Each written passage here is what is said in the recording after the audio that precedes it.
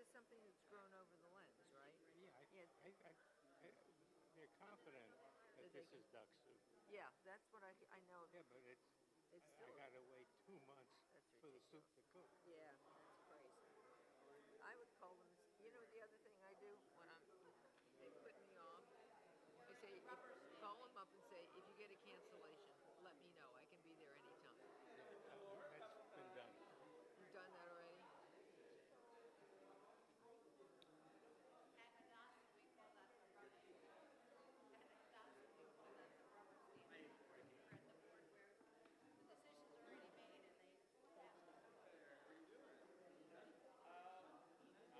Well, I still have the final, but the classes are done. This is a long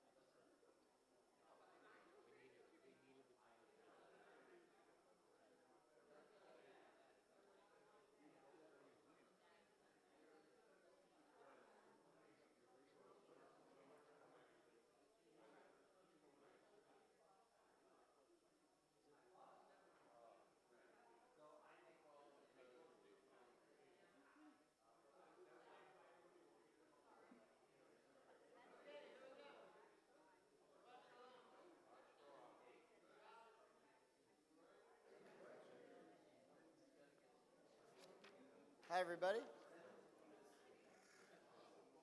Ready? Vishamru v'nei Yisrael et ha-Shabbat lasod et ha-Shabbat ledorotam berito. Vishamru v'nei Yisrael et ha-Shabbat lasod et ha-Shabbat ledorotam berito la. Bein yuvein v'nei Yisrael oti leolam vishamru v'nei Yisrael et ha-Shabbat lasod et ha-Shabbat ledorotam berito la. Ki sheshet yamim asa Adonai et ha-shamayim v'et ha'aretz v'shamru v'nei Yisrael et ha-Shabbat lasod et ha-Shabbat ledorotam berito lam. Uvayom hashvi Shabbat v'inafash Shabbat v'inafash v'shamru v'nei Yisrael et ha-Shabbat lasot et ha-Shabbat ledorotam berito la. Baruch atah Adonai Eloheinu melech haolam borei b'riah gafen. Amen. L'chaim.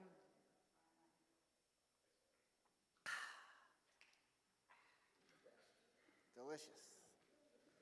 Blessing for Torah study.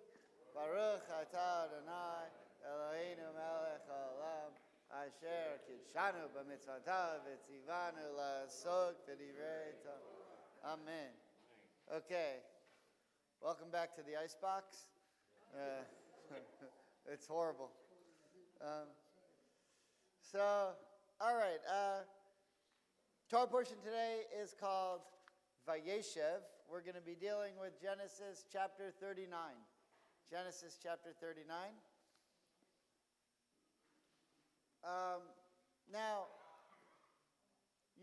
you know the story of Joseph. We do it every year.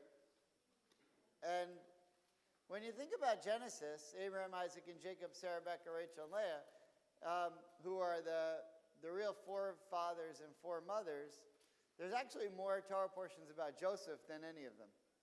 Right? When you get to the end of Genesis, you're like, okay, here we go with Joseph again. And there's a lot of things that happen to him, and a lot of lessons that we can learn from him. Now, what happens to Joseph is interesting in that his sons, Ephraim and Manasseh, split his tribe into two. And so that's why we always say when we have the 10 lost tribes in the north, there are 3 that survive. Because we know that there's 12 tribes, but if you can do this kind of math in your head, 10 that we lost and the 3 that survive is 13. With me so far? Because we lost 10, but we had 13 because Joseph turns into 2. Now, why does Joseph turn into 2? Because at the end of Jacob's life, he calls in Joseph's 2 sons and says, I'm going to give them a special blessing. And that's Ephraim and Manasseh. Remember, he goes like this and he blesses. Okay, so what's interesting about Ephraim and Manasseh and why they separate why they're blessed, and you know when we bless our sons on Shabbat, we say, may you be like Ephraim and Manasseh. So, you know, if you're like a new son and you're just studying Torah for the first time and you're starting to understand that you're getting blessed by your father or your parents on Shabbat, and they say, may you be blessed like Abraham, like Ephraim and Manasseh, you might say, why didn't you bless me like Abraham and Isaac or Jacob? Why didn't you bless me like someone I've actually heard of? Who the heck's Ephraim and Manasseh? I mean, they're minor figures. Well, you know what's special about Ephraim and Manasseh? They're the first two Jewish brothers that actually liked each other and got along. It took 4 generations. Right? Isaac and Ishmael? No. Jacob and Esau? No. The brothers who sold Joseph into slavery? No. Ephraim and Manasseh? Finally. So, may you be blessed like Ephraim and Manasseh. Hopefully you won't try to kill your brother. I mean, that's what it's come to. Okay, so now Joseph gets sold into Egypt. We did this class a long time ago. Hey, Richard, would you mind closing that door? Thank you, sorry. The glare in my face is killing me. Tremendous glare. Okay, so much better. When Joseph descends into Egypt, there are no other Jews. So eventually, he gets married and has kids. But he doesn't marry someone who's not Jewish. So, well, who does he marry? And we learn at the end of Genesis that he married a woman named Potipharah. But the guy who buys Joseph as a slave when he gets to Egypt is named Potiphar. So if you can hear the similarity, you don't have to be a great linguist to hear the similarity between Potiphar and Potipharah. And ultimately, Potipharah somehow is also in the home of Potiphar. Whether it's his actual daughter or not, I'm not sure. Now, we did a class once where we pointed out the midrash that said who she is. Anyone remember who Potipharah really is? We needed a woman in Egypt that was Jewish who could marry Joseph, but who didn't fit in anywhere else and couldn't marry anyone else. The woman who was the daughter of the woman who was raped. Dinah's daughter. Dinah's daughter was raped by Hamor. You know the story of the rape of Dinah, which happened in Shechem. And she has a daughter. But that daughter is not halachically permissible to any Jew because she was like, I don't know how you say it, like a halal. Like this is what mamzerut. I mean, she wasn't fit because she was raped. She was the product of a rape of a non-Jewish man.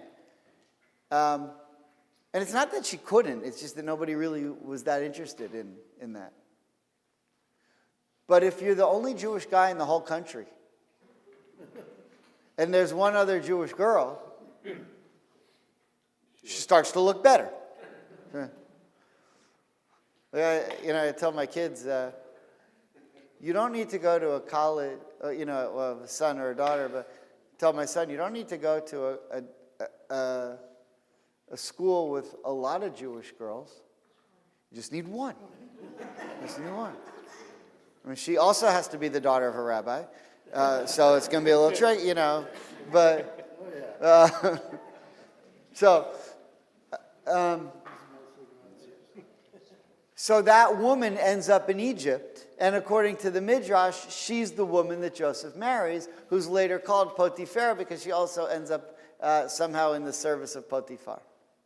Okay, so why do I tell you all this? Because we're now about to find out the story of what happens when Joseph is sold into slavery in Egypt and he's bought by a guy named Potiphar. Now, you would think, if you're just some random Israelite slave, the Egyptians had no love for the Israelites. Okay, why? Because they didn't have love for anybody. But in particular, they're not going to be interested in anyone who's not into idolatry. I mean, in Egypt, that was their thing. That's what they were known for. Even among other idolaters, they were the king of the idolaters. And Jews did a lot of weird things. Jews ate meat. And Egyptians did not, because they worshipped the animals. And so Joseph, even once he was the second in command or prince of Egypt, had to eat alone. Because other people thought it was detestable that he would eat meat. And he said, you don't know what you're missing. It's like what a lot of you say to me when you go to Joe's. And you say, okay, I see the pictures on Instagram. I mean, you brag about them. You have your bibs and you have your, I see it. How can I miss it? It's fine. We're Reformed. You do what you want. Unless you're in that building, then you're conservative. And then you can do it. You say you don't do it. All right, it doesn't matter. It doesn't matter. It doesn't. Eat whatever you want. I don't care. But Joseph had to eat alone. So you would think that somebody who buys slaves for a living and someone who's a big, powerful person wouldn't really care or be interested in a poor Israelite slave, and probably wouldn't care so much for Jews. But if you think about Potiphar, is he a bad guy? He's actually a pretty good guy. So he has Joseph thrown in jail, but that's because he thought Joseph was having an affair with his wife. And he told Joseph, you can have anything in my house except her. And he gets caught with her. I mean, it wasn't his fault. He didn't do anything. Maybe he did. We're going to have to ask that question. Maybe he has some guilt here. But does it sound like the Garden of Eden story a little bit? You can have anything you want, except that. See the parallel? And Joseph falls prey. Now, Adam and Eve didn't fall prey until a snake came and tempted them. So I want to ask the question now, was Potiphar's wife like a snake that tempted him? Okay. So, now before we answer that question and look at the verses, one more question. Now this is going to have a lot of answers. We could all answer it a different way and be right. But when you think of moral character, if you wanted to define someone as a strong person with regard to moral character, what would that entail? What does that mean? To have strong character? Richard? Upstanding. Upstanding? It's not like a snake. It's upstanding. Where were you on that one? That was good. That was good. Kaftor v'ferach. Very nice. Someone else have, Pamela? Using the Musar traits, honest, upstanding, honest. Honest. Musar-like. Trustworthy, Musar-like, humility, humble. John? Someone who has the opportunity to stray and doesn't. Okay. Now, is it easier to be upstanding, honest, moral, whatever, when you're with others than it is alone? Than when you're alone? Is there a difference in behavior when you're around other people or when you're alone? Okay, so when are you challenged when you're alone? And what might that challenge look like? Nobody's looking. So what can you do? What? Eat. No. Anything you want, right? Maybe there's no consequences. Right, so the key is to be good when no one's looking. Okay. Very good. Very good. Now we're getting somewhere. So Joseph is going to embody this a little bit. And if I had to ask you, who can we learn the most about moral character of the heroes of Genesis? I mean, the answer is all of them. But in particular, there's something interesting about Joseph that we're about to look at. and something that he has to deal with when, a temptation that he has to deal with when he's alone. This is very interesting. Okay, so with all of that said, we're up to chapter 39. Judy, would you mind grabbing that mic? Chapter 39, verse 1. Does everyone have the page? What's the page in Plout? What is it? 257 in Plout. Okay, here we go. 1 second. Sorry. Got me bin bagel. When Joseph was taken down to Egypt, a certain Egyptian, Potiphar, a courtier of Pharaoh and his chief steward, brought him from the Ishmaelites who had brought him there. The Lord was with Joseph, and he was a successful man, and he stayed in the house of his Egyptian master. And when his master saw that the Lord was with him, and that the Lord lent success to everything he undertook, he took a liking to Joseph. He made him his personal attendant and put him in charge of his household, placing in his hands all that he owned. Okay. So from verse 1 to 4, tell me everything that we know about Potiphar, his whole biography. He's trusting. He's a courtier. He's rich. He's rich and powerful.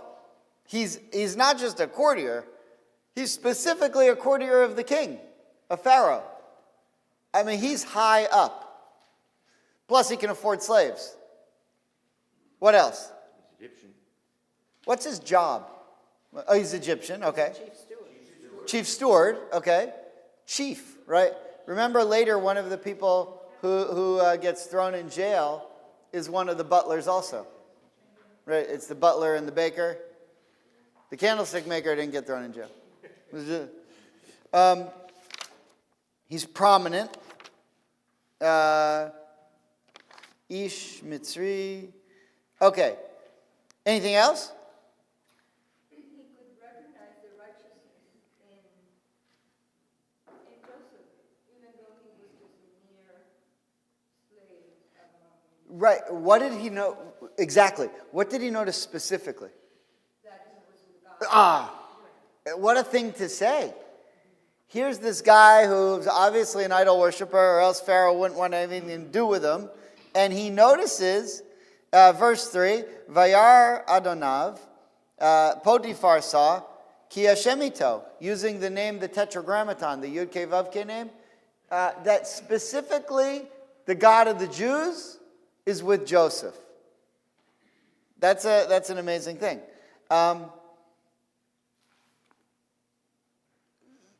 So, yeah. I have no idea. Okay, I'm sorry. I didn't know that. Because Rashi tells us. Rashi says, Shem Shamayim Shagor Bafiv. The name of God was fluent in his mouth, which means he said it a lot. You ever around a Chabad guy says Baruch Hashem 150 times in a 1-minute conversation? That was him. Baruch Hashem this, Baruch Hashem that, Baruch Hashem. But he's constantly praising God. That's according to Rashi. So, what Potiphar said is, this guy really believes in God. Which means that's a good thing. Because nobody believed that other people didn't have gods. The Egyptians didn't deny that the Jews had a god. They just thought that their gods were better. Right? If you ever saw a battle, it was really interesting. If you saw Gladiator 2, which wasn't as good as 1, but it's interesting because in the opening scenes, before they go to war, they talk about their gods versus our gods. And they said, well, whose God is going to be better? When the first temple was destroyed, the Jews had a real problem. Because they were the only nation in the world that couldn't say we lost this war because their God was better than our God, because we don't believe that they have gods. But everyone else believed that everyone else had gods, just ours are better. And if you don't believe your gods are better than someone else, don't go to war with them. But the Jews didn't believe anyone else had a God. So what'd they say? Our God's mad at us. Because how could they possibly beat us? They have no God. We do have a God. We can't lose unless we're weakened because of our sins, and then God's mad at us and he lets them win, which is what the Talmud says. Actually, the Tanakh says it too, for the first temple. Okay, so we know a little bit about Potiphar so far. And he seems to us, I would think, like a pretty good guy. We don't have any problems with him, other than he's a slave owner. Yeah, if you're okay with that. But he was one of those like benevolent slave owners. Or maybe you can just call him an employer. I don't know. But for Joseph here, he seems to be doing okay. All right. Verse 5. And from the time that the Egyptian put him in charge of his household and of all that he owned, the Lord blessed his house for Joseph's sake, so that the blessing of the Lord was upon everything that he owned in the house and outside. He left all that he had in Joseph's hands, and with him there he paid attention to nothing save the food that he ate. Now Joseph was Okay, so does this sound, the more I'm thinking about this, the more it sounds like the Garden of Eden, because you have Joseph. He can do whatever he wants. And just like God left Adam and Eve in the garden to do what they wanted, they didn't have to work. They can do whatever they want. And everything's up to them. So too, Potiphar says, I trust you so much that I'm going to just, give you a free run of the house. Just don't do that one thing we talked about. Same thing God said to Adam and Eve.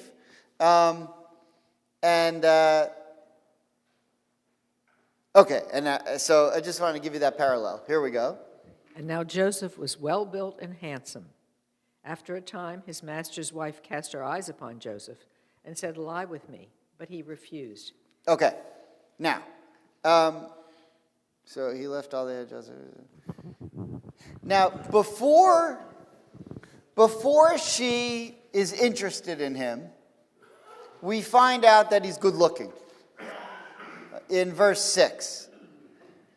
So, Rashi, we're going to take a look at that in a second. Don't look yet. But Rashi has something very interesting to say about that order.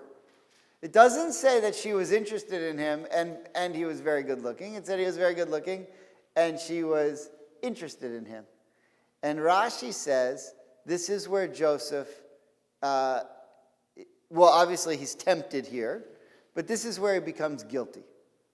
If he's going to, guilty is a strong word. This is where there's an issue.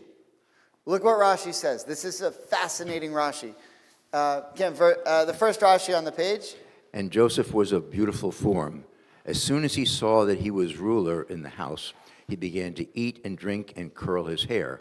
The Holy One, blessed be he, said to him, your father is mourning, and you curl your hair. I will let a bear loose against you. Midrash Tanhuma. Immediately. Right. Yeah, immediately. Okay, so now all of a sudden, I don't know where his self-esteem was after being sold as a slave by his brother, and his brothers wanted to kill him. Probably not that great. Now he's a slave. I don't know where his self-esteem is. But all of a sudden, he's elevated. His boss loves him. He's got free reign of the whole house. He can, according to Rashi, he can eat and drink whatever he wants, which is pretty unusual for a slave. And he says, by the way, I'm also, a pretty good-looking guy. Yeah. Which is why I don't know if you noticed, but I just got a haircut. I got this gala thing coming up. I wanted it, All right. It's funny because I don't have any hair. All right, which is it's a scam. Yeah, as bald people, really getting this whole big hair, super clips, great clip, big hair. It's a scam. I used to get a haircut, took a half hour, $30. Right? My haircut literally takes 3 seconds. $30. It's a scam. So presumably... Joseph now starts to curl his hair and is interested in how he looks, and it's like the snake. It's like the snake saying, doesn't this fruit look good? And as soon as he takes an interest in his own appearance, there's Potiphar's wife, just like the snake. So Adam and Eve are sitting there looking at the tree saying, The snake just happens to show up and say, Go for it. What's the worst that could happen? Joseph says, wow, I'm not a slave anymore. I'm a big deal. Starts curling his hair. The snake, Potiphar's wife. Now look what happens. Okay, so you see Rashi, what he says on verse 6, and now let's go back to verse 7. But I was going to say, she actually was not a snake. She was a bear, but he was able to bear it. Okay. Shkoyach. Okay. All right. What are we doing now? Verse 7. 7. After a time, his master's wife cast her eyes upon Joseph and said, lie with me. But he refused. He said to his master's wife, look, with me here, my master gives no thought to anything in this house, and all that he owns he has placed in my hands. He wields no more authority in this house than I, and he has withheld nothing from me except yourself, since you are his wife. How then could I do this most wicked thing and sin before God? And much as she coaxed Joseph day after day, he did not yield to her request to lie beside her, to be with her. Okay, so moral fiber Joseph has. He doesn't eat from the fruit, right? He, like Adam and Eve, he stands up to her.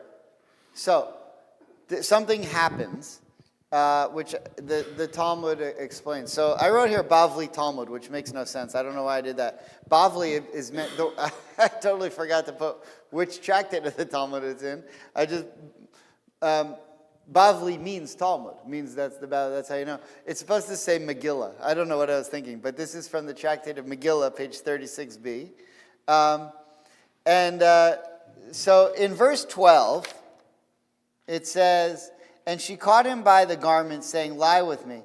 But he left his garment in his hand, and he fled and went outside. So at that moment, he was able to stay away from her. The Talmud makes a comment there. So, Genya, would you mind reading where it says, it should say Bavli Megillah 36b. The verse states. It's the second source on the sheet. Yeah. The verse states, as she caught him by the garment, saying, lie with me, at that moment his father's image came and appeared to him in the window. The image said to him, Joseph, the names of your brothers are destined to be written on the stones of the ephod, and you are to be included among them. Right, you know the breastplate that the priest wore had 12 stones, and each one had a name of one of the tribes, and Joseph is one of them. Yeah. And so he sees this image of his father saying, you're going to give up your heritage as a Jew for this woman? Okay, keep going. Do you desire your name to be erased from among them and to be called an associate of promiscuous women? As it is written, but he who keeps company with harlots wastes his riches, as he loses his honor, which is more valuable than wealth, immediately. And this vow abode, we don't need the rest of it. The rest of it just says that he was able to control himself. Now, Potiphar, we realize doesn't seem like that bad of a guy. But his wife does seem pretty mischievous, pretty morally compromised. She's a problem. However, the Midrash actually doesn't think she's so bad. And there's a Midrash, I didn't bring it, but there's a Midrash that said that she had an astrological prediction. And she was into astrology, and the Torah believes that stuff exists. This black magic stuff exists. We see Pharaoh's courtiers doing magic all the time. Moses' magic is a little bit better. You would pay more for it, one of the casinos in Vegas, to go see that show than Pharaoh's shows. But they still were able to do some stuff, and make a living, and so forth. So she sees that from her is destined to become children. And she's right. Except that with the astrology, it's a little fuzzy and it's not as good as the predictions that God gives to his prophets. And she sees that the children are destined to come from her line, but it's not her line because remember, Joseph marries Potipharah, her daughter, or at least the one that she adopts. And she's off by a generation. So she sees that in her astrological predictions that from her is supposed to come Joseph's line, but it's not her, it's her daughter.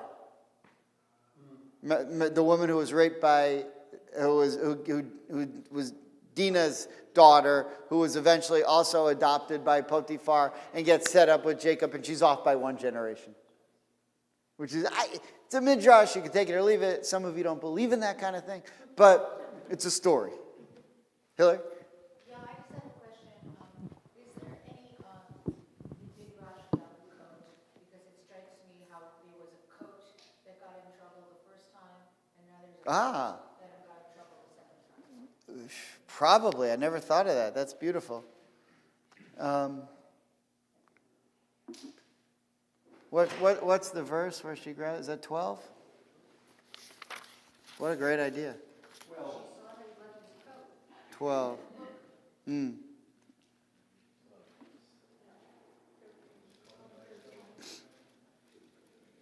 12.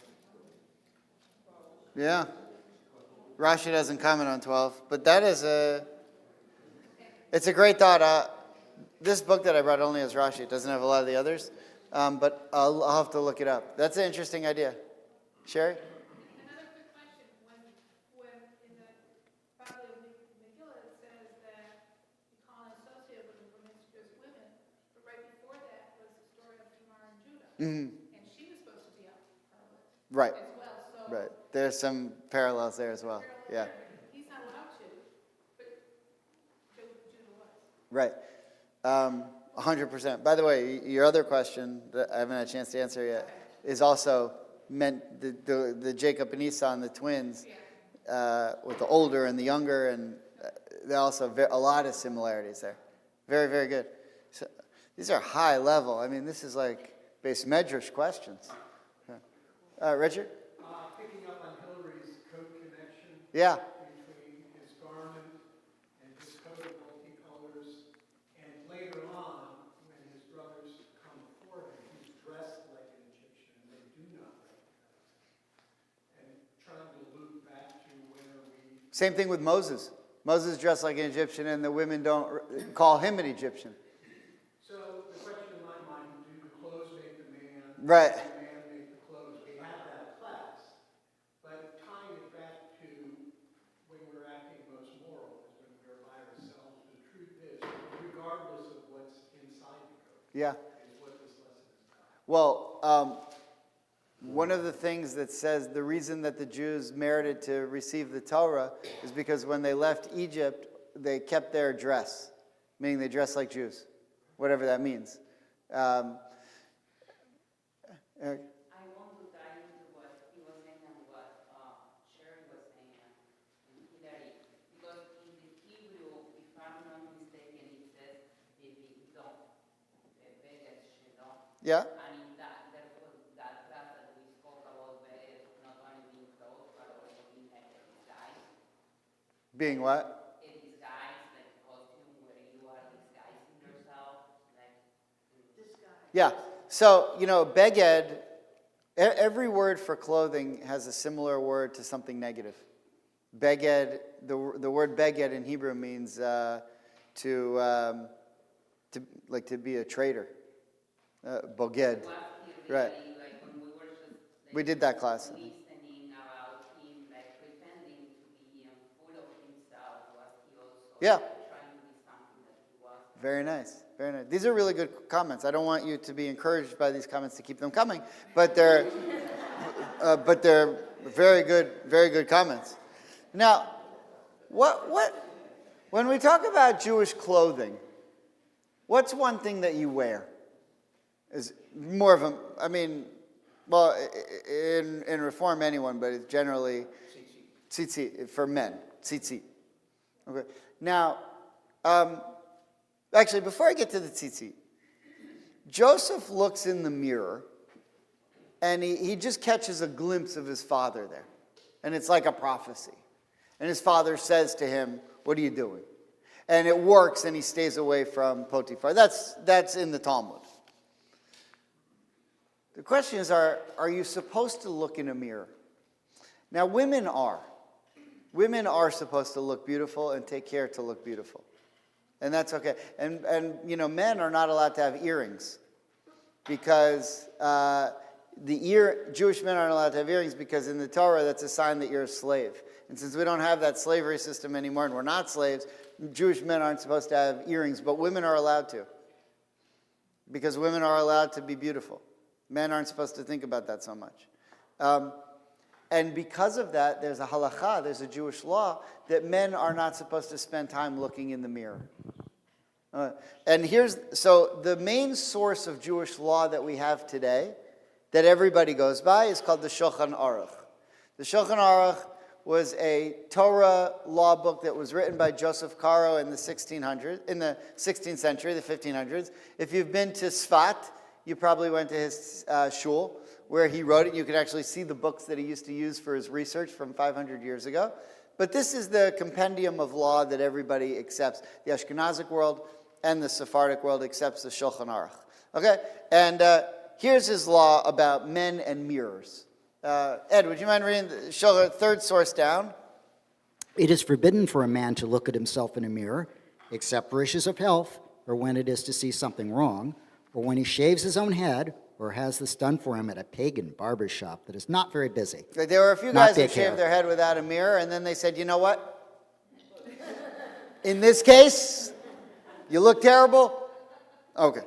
Or when he is about to appear before a dignitary. Gloss, some authors claim that this prohibition should only be observed in regions where only women are accustomed to using a mirror, but in places where this custom extends to men as well, an Israelite may use one. Furthermore, he is always permitted to look at himself in a mirror to see if he has any stains on his clothes. Okay, because instead of just looking at your clothes to see if there's a stain, you can look in the mirror to see. I don't know what. Okay. But, I don't know, maybe you're in a place where you can't take your clothes off, whatever. What's the difference between the first paragraph and the second paragraph that says gloss? This is just a quick lesson on how Shulchan Aruch works. The Shulchan Aruch was written by Joseph Caro in the 16th century, and he gave you his opinion. And his opinion was based on the opinion of three other rabbis. Rabbi Yitzhak Alfasi from Fez, Morocco, 11th century. Maimonides, Spain and Egypt, 12th century. And Jacob ben Asher, known as the Tor, 1400s, 15th century. Okay, he took the majority of those three and decided that was the law. Whatever the majority of those three pillars was, he made that the law, and that became accepted. However, in the final analysis, he still came with a Sephardic viewpoint. At the same time that he was doing this, any of you ever been to Krakow? Okay, Krakow, Poland. If you go to Krakow and you go on the synagogue tour, the most famous synagogue that you see is the synagogue of the Ramah, Rabbi Moshe Israelis, who lived around the same time as Joseph Caro. He had the same idea to do what Caro did. He took the three pillars, took him 20 years, he wrote the book, and right as he was about to finish, after 20 years, someone came and said, everything that you're doing, a guy in Israel just did it and finished it before you. You did it for nothing. However, it turned out that their opinions often differed because when it came to custom, Israelis gave the Ashkenazic perspective. And so there were differences in how things were done in different places. So whenever it says gloss, in Hebrew it would say hageh. Hageh means here comes a comment, which means that here's what I told you, Caro told you the law, but I'm going to tell you now where Ashkenazic custom differs. So you notice Caro says, listen, where we live in Tzfat, no man would ever be caught looking in a mirror unless he's going to visit, a famous rabbi or the mayor or a noble or something, or he's shaving his head. Unless he has a good reason, we don't look at ourselves in the mirrors just to see how we look. That's not something men do. That's something women do. Now again, this is 500 years ago. I'm not saying that's what we do today. I'm saying this is what he said 500 years ago. Moshe Israelis came and said, in Europe, we're more stylish. All right, in Europe, it's customary in lots of places for men to use mirrors. And if that's the case, have at it. You're allowed to. And that's the custom today. Any Jew in the world, any Jewish man in the world is welcome to look in a mirror, but you shouldn't sit there and, and I think what this is saying is this was the problem with Joseph. Joseph, all of a sudden, once he became powerful, started to care too much how he looked. And he was curling his hair. Now, all the Torah tells us is that he was curling his hair. But you might ask the question, or you should ask the question, why does the Torah tell us he's curling his hair? Who cares? Well, because, as the rabbis tell us, he was spending too much time on his personal appearance and his personal stature because he was becoming someone important. And right when he was doing that, Jacob knew where to find him. Where did Jacob know where to find him? In the mirror. Why? Because Joseph was spending too much time looking in the mirror. So Jacob showed up there and said, what are you doing?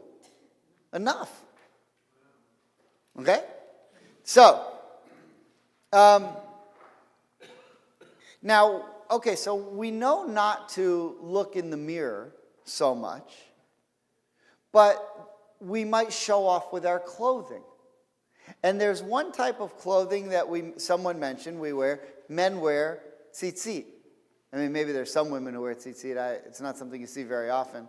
I remember when I was in rabbinic school, I had just started, and I was in Jerusalem, and, I never prayed regularly.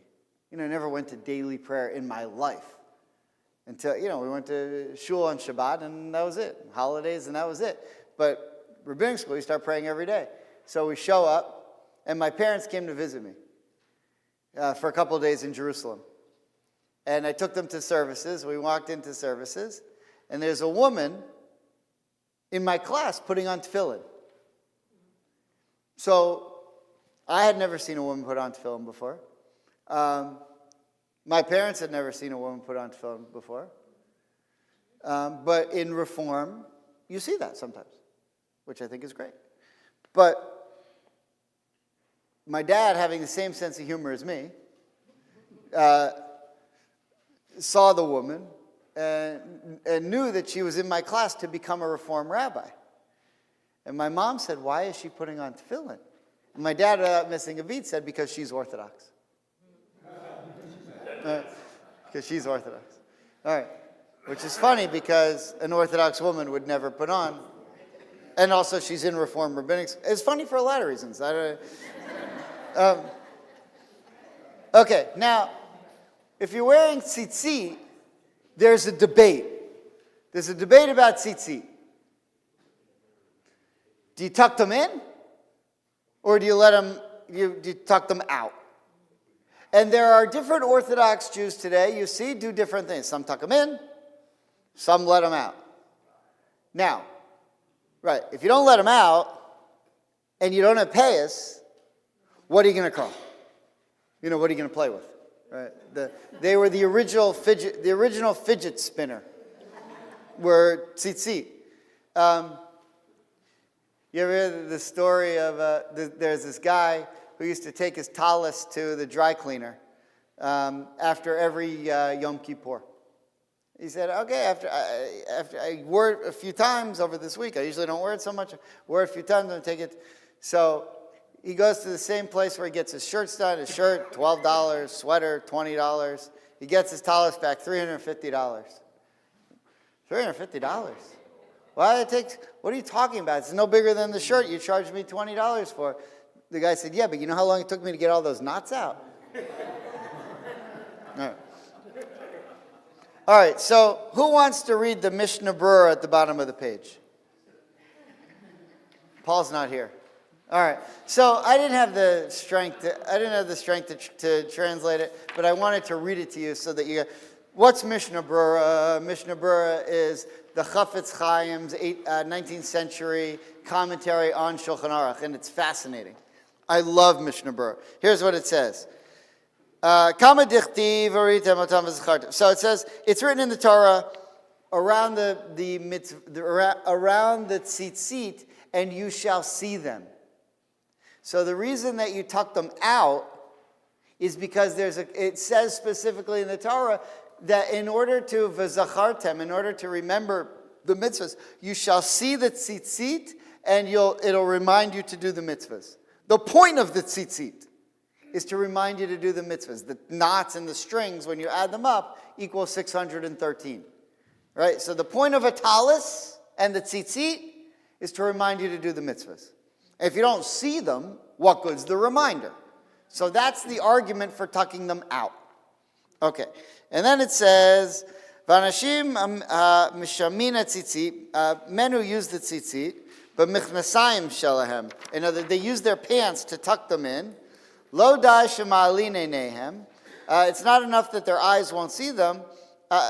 In such a case, if you tuck them in, you're not going to be able to see them and then remember. It says,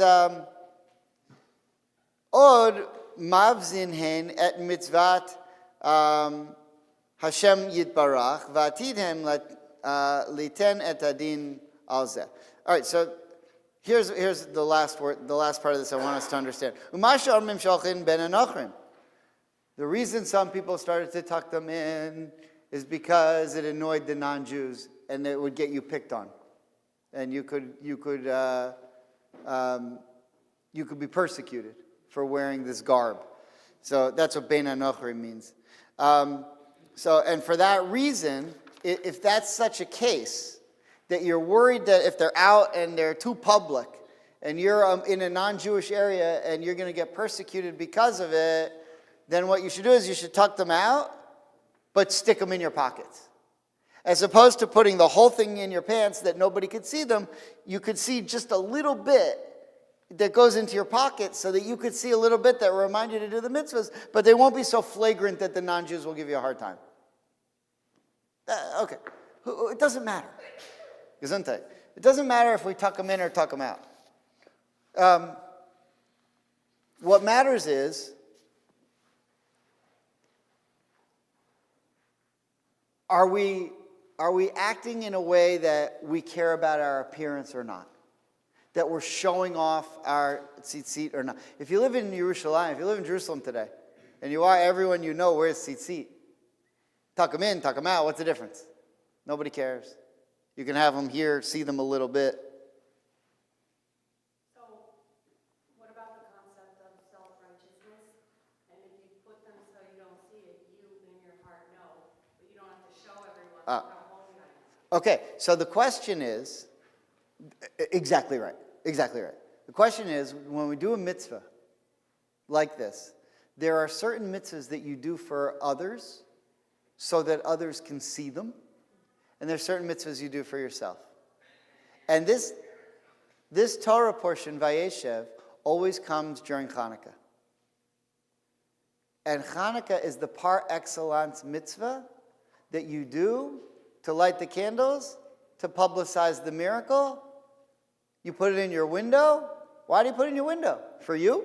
If it was just for you, you could put it anywhere. You put it in your window to show others. And so the story of Joseph always comes out during Hanukkah because he has to deal with this question of what's the difference of a mitzvah that you do for yourself and a mitzvah that you do for others. Okay, so let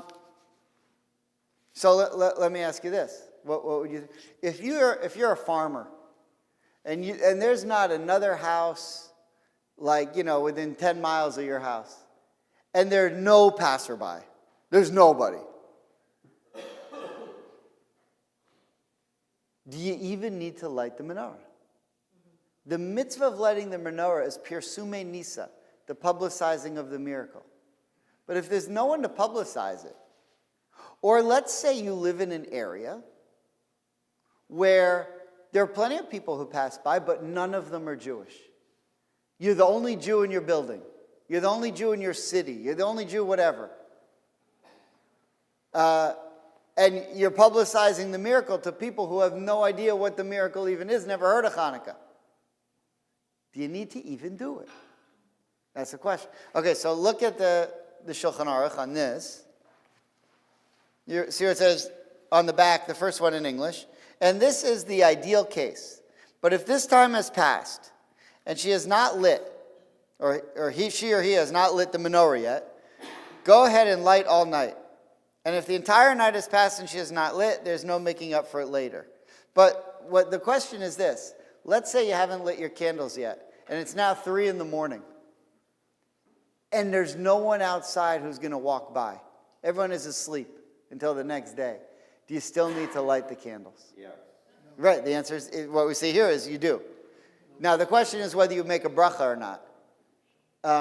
But you light the candles. But here's the problem. For who? Who are you lighting them for? You're putting it in the window. For who? Nobody can see it. Yourself. Okay. One last halacha. The last one, the Mishnah Berurah.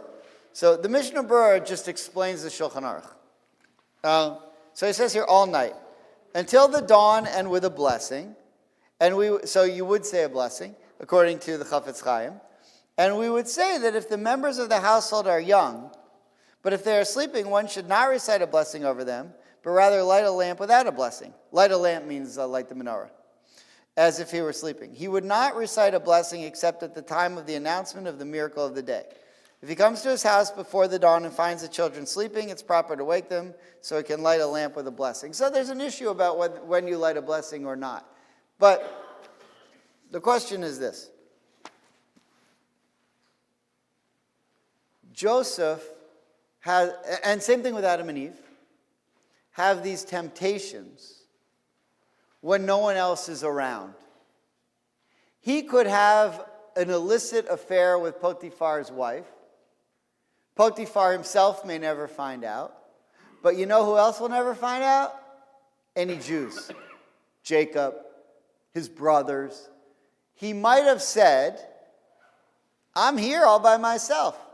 Nobody's going to see. Nobody's going to know. Why not have an affair? And he doesn't. And he teaches us. I mean, Jacob has to remind him. But reminder or not, you have to admit, he's able to resist succumbing to the temptation. And he's able to do the right thing. So much so that he's willing to get thrown into jail in order to not perform the sin. And Joseph, for that reason, becomes the par excellence example of what it means to do the right thing when no one else is looking. Right? And Adam and Eve, they didn't think God was looking. Remember, after they ate from the fruit, they hid in the garden. They thought that they could, and they said, God calls out to them, and they're like surprised that he found them. And God's like, how hard do you think it was? You're the only 2 people. I mean, it wasn't that hard to pick you out. You're standing under some fig leaves. I found you. Also, I'm God, so I know everything. But Adam and Eve thought they could maybe get away with it because nobody was looking. And Joseph says, nobody's looking. I can do whatever I want. I run this place. I could curl my hair. I'm a great-looking guy. I could do whatever I want. I'm not doing it. And on each Hanukkah, we have a house in Pinecrest that doesn't really face the street. And it's impossible from the street to see into our house, which is good when you're pro-Israel in public. It keeps people a little away from, a little distance between you and a house is fine. But when it's a problem? On Hanukkah. Because we put our menorah in a window that we know that nobody's going to see. Okay, so, what are you going to do? That's the way the house was built. You could say, well, Jews shouldn't buy houses like that. But there are plenty of places where, this has really became the the mitzvah, of all the mitzvahs in Judaism, this is the mitzvah that you do for the purpose of others. Because the main purpose, according to the Talmud, of lighting a menorah is persume nisa, which is Aramaic for the publicizing of the miracle. That's why you light the menorah. And you then have to ask the question, if I'm publicizing the miracle for others, and there are no others, then do I even have to do it? And the answer is, of course you have to do it. But why? Why do I have to do it? And the final answer is, you have to light the Hanukkah menorah, even if no one is going to see your candles, so that you can be like Joseph, and you can show that even when no one else is around, you're committed to doing the right thing. And that's called, I think, moral character. When you do it when no one else is looking, because it's the right thing to do. And this also, by the way, I mean, the one final point. The publicizing of the miracle is to give strength to the Jewish people, to show the power of God, that he saved us in a very difficult time, and to show the rest of the world. You also are supposed to light the candles so that non-Jews see it as well. And if a non-Jew walks by, you should tell them the story of Hanukkah, and this is why we do it, and so forth, unless you think they're going to kill you. And then, and there were plenty of times in Jewish history where that was the case, and maybe I'm not going to talk to you about this. But if you can tell them, fine, publicize the miracle, that's great. But in the final analysis, you're also giving strength to yourself. And you have to take very much into account what we have to do for ourselves so that we have the moral fiber to do the right thing when nobody else is looking. And that's the story of Joseph and the curls and what we learn from Potiphar's wife. Okay, Shabbat Shalom.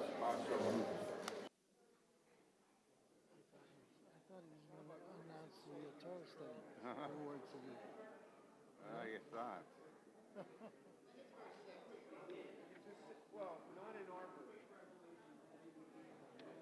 Oh, it's freezing in here.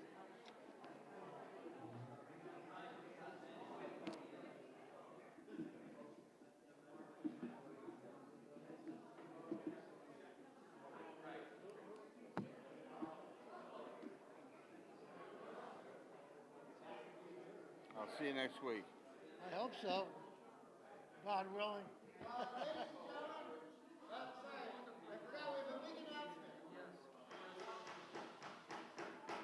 We have a really big announcement. The past winners of the Lenore Kipper Talmud Torah Award have gotten together and voted on this year's winners. Only one of them is here, but both of them are represented. So I'm delighted to announce that the 2026, 57, 86 winners of the Lenore Kipper Talmud Torah winners are Victor Faraji and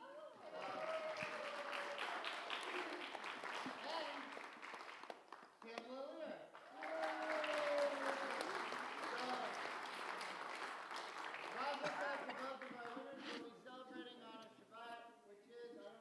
February. February 13th. Mazel tov!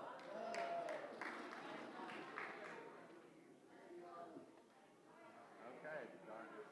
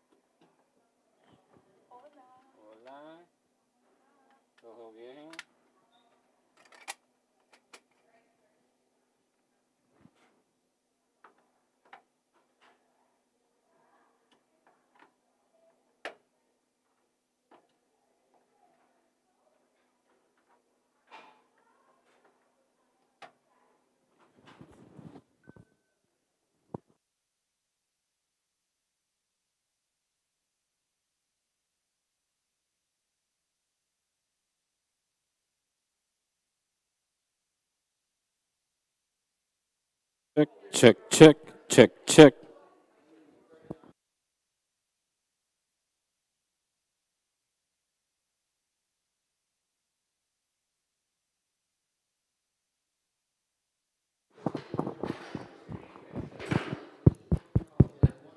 Check, check, check, check, check.